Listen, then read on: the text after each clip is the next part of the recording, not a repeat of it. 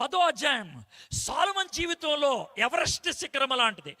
సొలొమోను జీవితంలో చాలా ఉన్నతమైంది. అది ఎలాగో చెప్తాను. ఒకరోజు ఒక కుర్రోడు సొలొమోను గారి దగ్గరకు, అయ్యగారు ఎవరో వచ్చారండి, రాణి అంట. ఏ దేశానికి రా రాణి? ఏమో సార్, చాలా దూరం నుంచి వచ్చిందంట.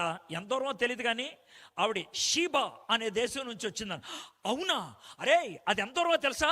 1500 మైళ్ళు రా. 2 నెలలు నడిస్తే కానీ రాలేర్రా. అంత దూరం నుంచి రాణి ఎందుకు వచ్చింది? ప్రవేశపెట్టండి.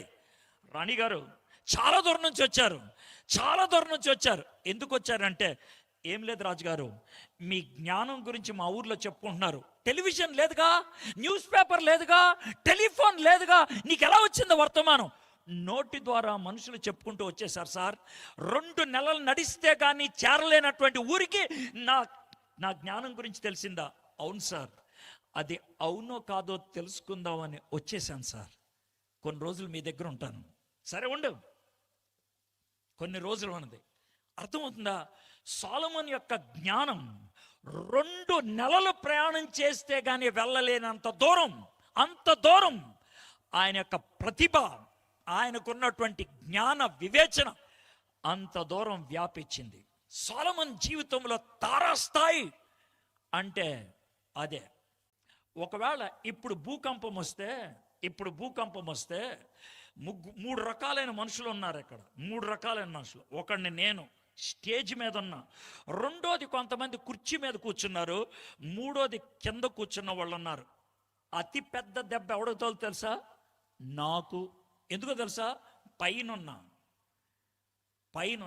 నెక్స్ట్ ఎవరితో తెలుసా? కుర్చీ మీద ఉన్న వాళ్ళకి.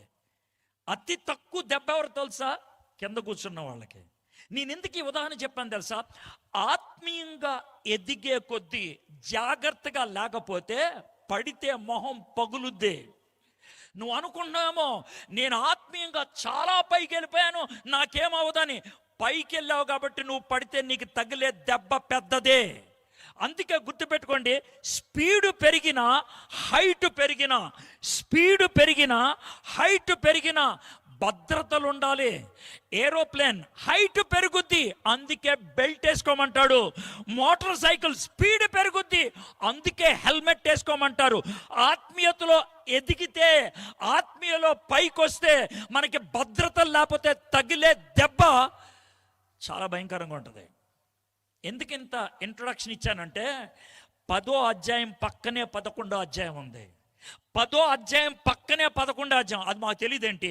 10 తర్వాత 11 ఉంటుందని తెలుసు మీకు.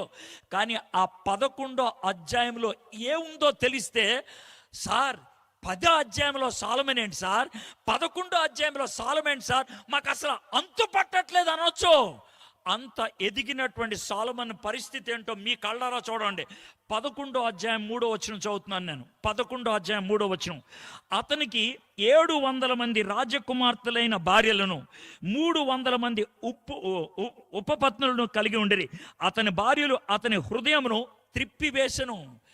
700 మంది పెళ్ళాలని, 300 మంది ఉంచుకున్న వాళ్ళని, సెటప్ల్ని పెట్టుకున్నాడు. మీకు అర్థం అవడానికి ఆ పదం ఉపయోగిస్తున్నాను, మీకు అర్థం అవడానికి. 1000 మందితో ఆయన గడపడానికి ఇష్టపడ్డాడు. 1000 మందితో. ఒకవేళ నాకు సొలొమోన్ని ఇంటర్వ్యూ చేసేటువంటి అవకాశం వస్తే ఆయన కూర్చోబెట్టి, సొలొమోను గారు మీ జ్ఞానం అమోఘం అని విన్నాం, 1500 మైళ్ళు దూరం షీబా దేశపు రాణి వచ్చిందంటే ఏమి ప్రతిభసారి మీద అంటే, థ్యాంక్ యూ అంటాడు. కానీ ఏంటి సార్, అంత జ్ఞానవంతుడు 700 మంది భార్యల్ని, 300 మంది ఉపపత్నుల్ని ఎందుకు సార్ తెచ్చుకున్నారు అని అంటే, సైలెంట్ అయిపోతాడని. చెప్పు సార్ ఎందుకు అని అంటే, ఏం చెప్పమంటారు సార్, జ్ఞానం ఎంత ఉన్నా కూడా దేవునితో కనెక్షన్ పోతే ఆ జ్ఞానాన్నే తప్పుడుగా వాడతామంటే ఇదే నిదర్శనం. దేవుడిచ్చిన జ్ఞానాన్నే నా స్వలాభానికి వాడుకున్నా, దేవుడిచ్చిన జ్ఞానాన్నే నాకు కావలసిన రీతిలో వాడుకున్నా. ఆ స్థాయి నుంచి ఈ స్థాయికి వచ్చాను. సరే, 5వ వచనం చూడండి. సొలొమోను అప్తరోతు అను సిదోనీల దేవతను, మిల్కోము అని అమ్మోనీల హేయమైన దేవతను అనుసరించి నడిచెను.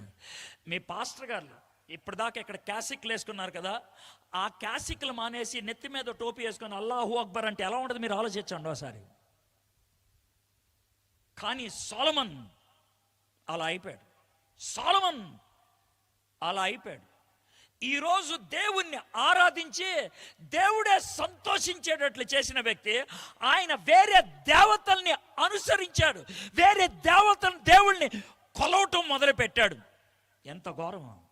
సొలొమన్ అంతటి వాడు 2 సార్లు దేవుడు తనకి ప్రత్యక్షమయ్యాడు. 2 times గాడ్ తనకి కనపరుచుకున్నాడు. 3వ అధ్యాయంలో ఒకసారి, 9వ అధ్యాయంలో ఒకసారి. అంత పెద్ద మందిరాన్ని కట్టాడైనా, ఒక్కడే అంత పెద్ద మందిరాన్ని కట్టాడు. కానీ ఇంత దౌర్భాగ్యమైన పరిస్థితికి వచ్చాడు. సొలొమన్ అంతటి వాడే అలాగయ్యిందంటే నీకు నాకు అవ్వటం ఇంకెంత సులభం.